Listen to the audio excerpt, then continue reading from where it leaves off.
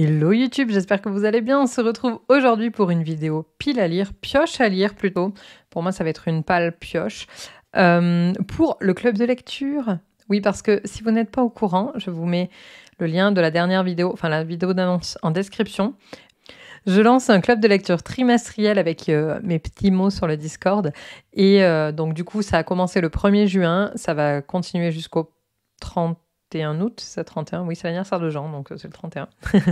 Et ce trimestre-ci, le thème, ce sont les dragons. Donc, j'ai préparé une pile de 4 livres, que des sagas. On adore. Il y a des premiers tomes, des suites et des fins de sagas. Donc voilà, c'est une pioche à lire parce que clairement, je ne pense pas lire ces 4 briques pendant le trimestre, mais j'ai bon espoir.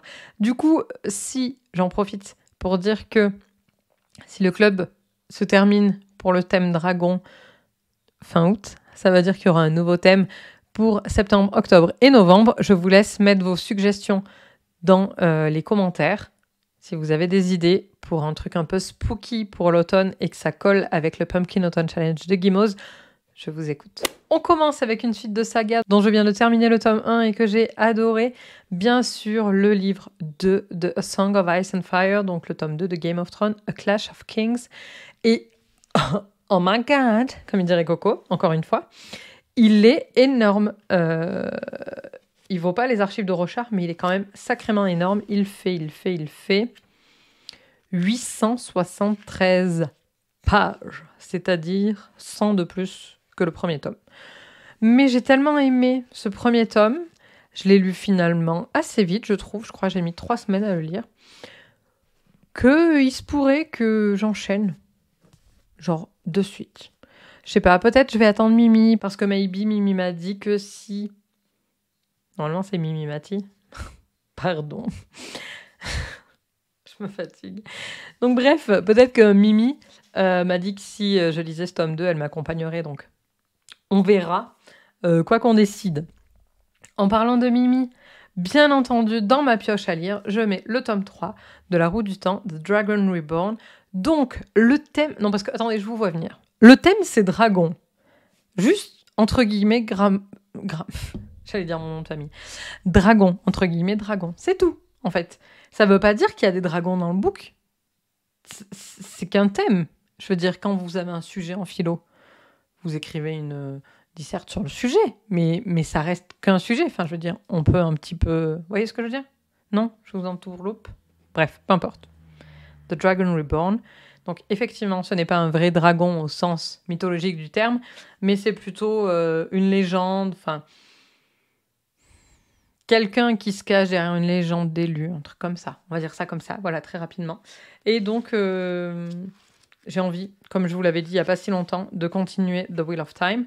Je ne veux pas laisser trop d'espace entre tous les tomes que je lis. Donc, ce serait l'occasion, même si il fait 625 pages. C'est une palle de fou. Je regarde là-haut parce que j'ai Harry Potter et en vrai, peut-être que ce serait le moment de sortir le tome 4. Surtout la coupe de feu. Genre là, on est clairement dans le thème. Enfin, peut-être. On verra. Mais sinon, tome 3 d'une trilogie. Assassin's Quest, donc le dernier tome de l'Assassin Royal, de la première trilogie, que j'ai lu les 2 premiers tomes, c'était février 2021. J'ai aimé sans plus. Je lui ai trouvé plein de défauts, mais je me suis dit aussi que c'était peut-être dû au moment où je lisais à mon mood de lecture. Et j'ai quand même envie de finir la trilogie. Donc peut-être c'est l'occasion. Même si je vous avoue que ça m'emballe un petit peu moins qu'il y a quelques semaines quand on a lancé le club. Je sais pas. Ça reste l'Assassin Royal. Je sais pas. Je verrai. Peut-être, c'est une possibilité. Et dernier, mais pas des moindres, j'ai reçu... Il est dans un piteux état, mais normalement il m'en renvoie un autre. Vous inquiétez pas. The Witches of Vailianen, c'est le premier tome d'une saga de 6 livres. J'ai 1, 4, 5 et 6 qui sont arrivés, 2 et 3 doivent arriver dans les prochaines semaines. Et en fait, c'est une vieille saga qui date de la fin des années 90. Et il y a marqué « There was a time when dragons left their lair and evil shadowed the land. Moi, je trouve que ça a l'air pas mal. En plus de ça, c'est à base de... Ils ont collé un autocollant qui est en train d'arracher la couverture et ça m'énerve. Bref. Putain, Pardon.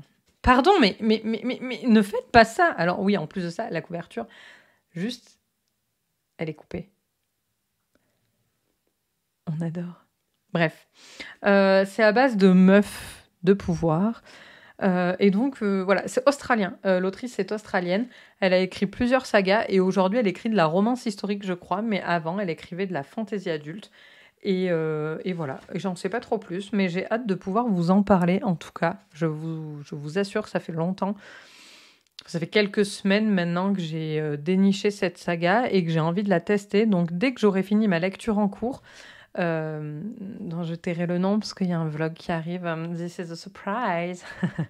Mais dès que j'aurai terminé, je pense commencer The Witches of Ireland.